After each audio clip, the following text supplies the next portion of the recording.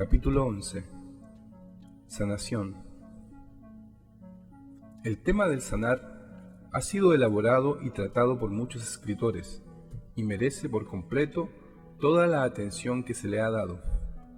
Pero el objeto de estas conferencias es más bien el de afirmar en el estudiante aquellos principios generales en el que todo el uso consciente del poder creativo del pensamiento está basado, más que en establecer las reglas para su aplicación específica. Entonces, examinaré los principios generales que parecen ser comunes dentro de los diversos métodos del sanar mental que están en uso, los cuales derivan su eficacia no de la peculiaridad del método en particular, sino por ser el método que permite que las leyes naturales actúen. Ahora bien, el principio universalmente expuesto por todo sanador mental, en cualquier término en el que se ha explicado, es que la base de toda sanación es un cambio de creencia. La secuencia de donde resulta esto es: la mente subjetiva es la facultad creativa dentro de nosotros y crea todo aquello que la mente objetiva le imprime. La mente objetiva o intelecto imprime su pensamiento en la mente subjetiva. El pensamiento es la expresión de la creencia. Todo lo que la mente subjetiva crea es la reproducción externa de nuestras creencias. Nuestro objetivo principal es el de cambiar nuestras creencias. No podemos hacer esto sin una sólida convicción de la falsedad de nuestras viejas creencias y de la veracidad de las nuevas creencias. Y esta base la encontramos en la ley de causación, la cual me ha interesado explicar. La falsa creencia que se materializa en el mundo externo como enfermedad es la creencia de que una causa secundaria, la cual es simplemente una condición, es la causa primaria. El conocimiento de la ley nos demuestra que solo existe una causa primaria, y este es el factor al que hemos llamado la mente subjetiva o subconsciente de nuestra propia individualidad.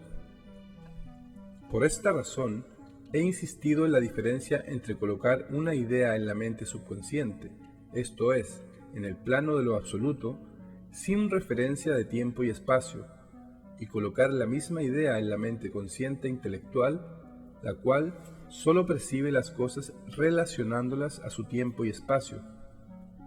Ahora, la única concepción que puedes tener de ti mismo en el absoluto o incondicional es como espíritu viviente puro, no obstaculizado por condiciones de ninguna clase, así que no está sujeto a la enfermedad. Y cuando esta idea está firmemente impresa en la mente subconsciente, se materializa en el mundo externo.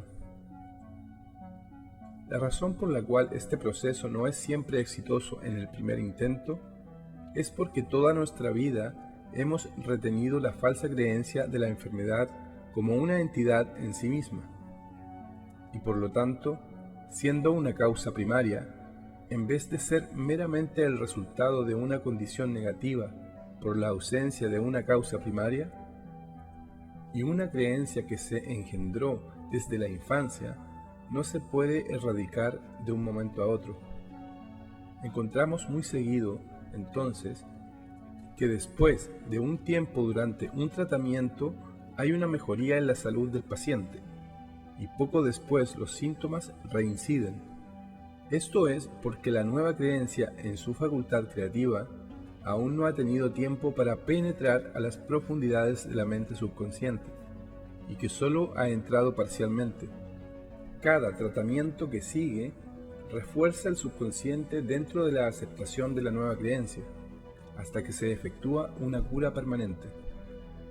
Este es el método de autosanación basado en el propio entendimiento de la ley de su ser, obtenido por el paciente. Pero este conocimiento de la ley no lo tiene todo hombre y toda mujer, o al menos no lo reconoce tanto como para permitirle darse un tratamiento exitoso a sí mismo. Y en estos casos se vuelve necesaria la intervención del sanador o practicante metafísico. La única diferencia entre sanador y paciente es que el sanador ha aprendido cómo controlar al máximo los modos menos conscientes del espíritu, por el de mayor conciencia, mientras que el paciente no ha alcanzado aún este conocimiento. Y lo que el sanador hace es sustituir su propia conciencia objetiva, consciente, la cual es la voluntad asociada al intelecto, por parte del paciente, y así encontrar entrada a su mente subconsciente e imprimirle la sugestión de salud perfecta. Surge una pregunta: ¿cómo es que el sanador puede sustituir su propia mente consciente por la del paciente?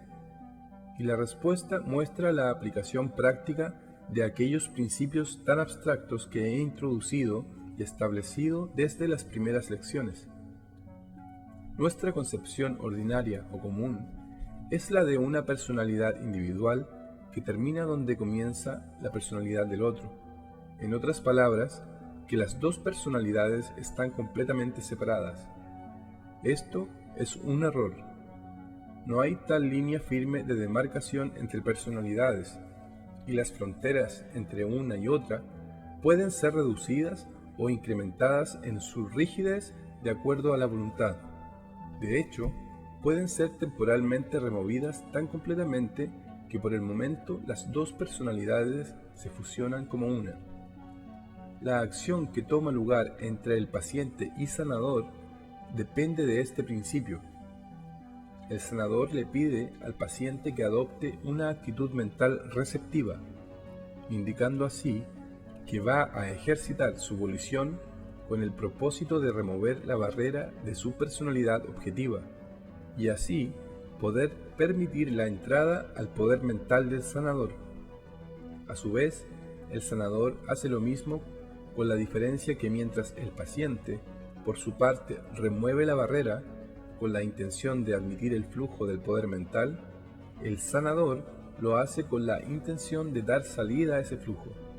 Y así, gracias a la acción conjunta de las dos mentes, las barreras de las dos personalidades son removidas y la dirección de los dos flujos de volición se determina. Fluye activamente del sanador, por decirlo así, para pasar al paciente que está pasivamente dispuesto a recibirla, de acuerdo con la ley natural universal de que el influjo debe de ser siempre desde el lleno al vacío. Esta eliminación mutua de las dos barreras mentales externas entre sanador y paciente es a lo que se le da el término de empatía mutua. Aquí se encuentra una aplicación práctica del principio explicado anteriormente en este libro, de que el espíritu puro está presente en su totalidad en todo lugar simultáneamente.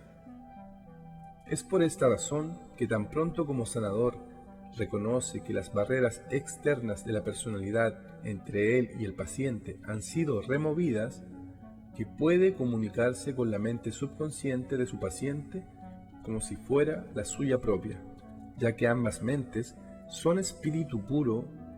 El pensamiento de su identidad las hace idénticas. Las dos están concentradas en una sola entidad, a tal punto que la mente consciente del sanador puede sostener la mente subjetiva del paciente de acuerdo al principio universal del control de la mente objetiva por medio de la sugestión. Por esto, he insistido en la distinción entre espíritu puro, concebido aparte de la extensión de cualquier matriz, y la concepción de éste como extensión de una matriz. Si concentramos nuestra mente pensando en la condición de la enfermedad del paciente como una entidad separada, no estamos concibiendo al paciente como espíritu puro, lo cual no nos permitirá entrar eficazmente a la fuente de su ser. Por esto debemos de retirar nuestro pensamiento de la contemplación de todo síntoma, y de hecho de toda su personalidad física, y debemos de pensar en él como individualidad puramente espiritual, y como tal, enteramente libre de estar sujeta a cualquier condición. Por consecuencia, materializa en el mundo externo las condiciones máximas de vitalidad e inteligencia propias del espíritu puro. Al pensar así del paciente, afirmamos mentalmente que la correspondiente vitalidad perfecta, que es su creencia interna, se reconstruirá externamente. Al ser impresa esta sugestión por el pensamiento consciente del sanador, mientras al mismo tiempo el paciente está aceptándolo, el resultado es que la mente subconsciente del paciente se unifica con el reconocimiento de su propio dador de vida, y de acuerdo a la ley de la mentalidad subjetiva, procede a llevar el trabajo de esta sugestión hacia la manifestación externa, reemplazando la salud por la enfermedad. Debe entenderse que el propósito de este proceso aquí explicado es el de fortalecer la individualidad del sujeto y no de dominarla. El usarla para dominar sería un acto inverso, trayendo la penalidad correspondiente para el practicante. En esta descripción he contemplado el caso en el que el paciente está cooperando con el sanador, habiendo sido instruido previamente por el sanador acerca de los amplios principios de la ciencia mental, siempre y cuando no esté relacionado con ellos.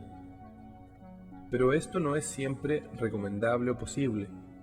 Hay veces que el pronunciamiento de ciertos principios crea oposición ante prejuicios existentes, y cualquier antagonismo activo de parte del paciente tenderá a intensificar la barrera de la personalidad consciente, que como primer objetivo del sanador debe ser removida. En casos como estos, nada es tan eficiente como el tratamiento ausente. Si el estudiante ha comprendido todo lo que se ha dicho en el tema del espíritu y la materia, verá que en el tratamiento mental el tiempo y el espacio no cuentan para nada, porque la acción completa toma lugar en un plano en el que estas condiciones no existen, y por eso es intrascendente que el paciente tenga que estar en la presencia inmediata del sanador o en territorio distante.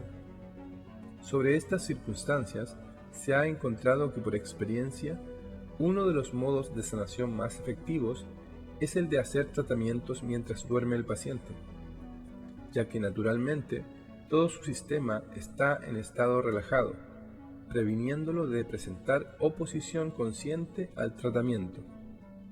Y bajo la misma regla, el sanador es capaz de tratar aún más eficientemente durante su propio dormir que durante su estado despierto. Antes de irse a dormir, imprime firmemente en su mente subjetiva para que se lleve la sugestión curativa a la mente subjetiva del paciente. Y entonces, gracias a los principios generales de la relación entre la mente subjetiva y objetiva, esta sugestión es conducida durante todas las horas en las que la individualidad consciente se encuentra en reposo. Este método es aplicable a los niños pequeños a los que los principios de la ciencia no se les puede aún explicar, y también a personas a distancia, y en verdad la única ventaja adicional para el encuentro personal del paciente y el sanador es en la instrucción que es dada oralmente, o cuando el paciente se encuentra en ese estado inicial de conocimiento donde la presencia visible del sanador da la sugestión que algo se está haciendo, y que no se podría hacer en su ausencia. De otra manera, la presencia o la ausencia del paciente son asuntos perfectamente indiferentes. El estudiante debe de recordar que la mente subconsciente no necesita trabajar a través del intelecto o mente consciente para producir sus efectos curativos. Es parte de la perpetua fuerza creativa de la naturaleza, mientras que el intelecto no es creativo, sino distributivo. De la sanación mental, solo hay un paso a la telepatía, clarividencia y otros modos de manifestación de poder trascendental que se exhiben de vez en cuando por medio de la entidad subjetiva que obedece a leyes tan exactas como aquellas que gobiernan a la que estamos acostumbrados a considerar nuestras facultades más normales. Pero estos temas no están apropiadamente dentro del enfoque de este libro. cuyo propósito es exponer los amplios principios que subyacen a todo fenómeno espiritual. Hasta que estos principios sean entendidos claramente, el estudiante no aprovechará el estudio detallado de los poderes más interiores, ya que hacerlo sin una base de conocimiento firme y algo de experiencia en la aplicación práctica lo expondrá a cosas desconocidas que no le aprovecharán positivamente, sino que serán contrarios a los principios científicos que nos dicen que cualquier avance a lo desconocido solo debe de ser hecho desde lo conocido. De otro modo, solo se arribará a una región confusa de trabajo, sin principios claramente definidos para su guía.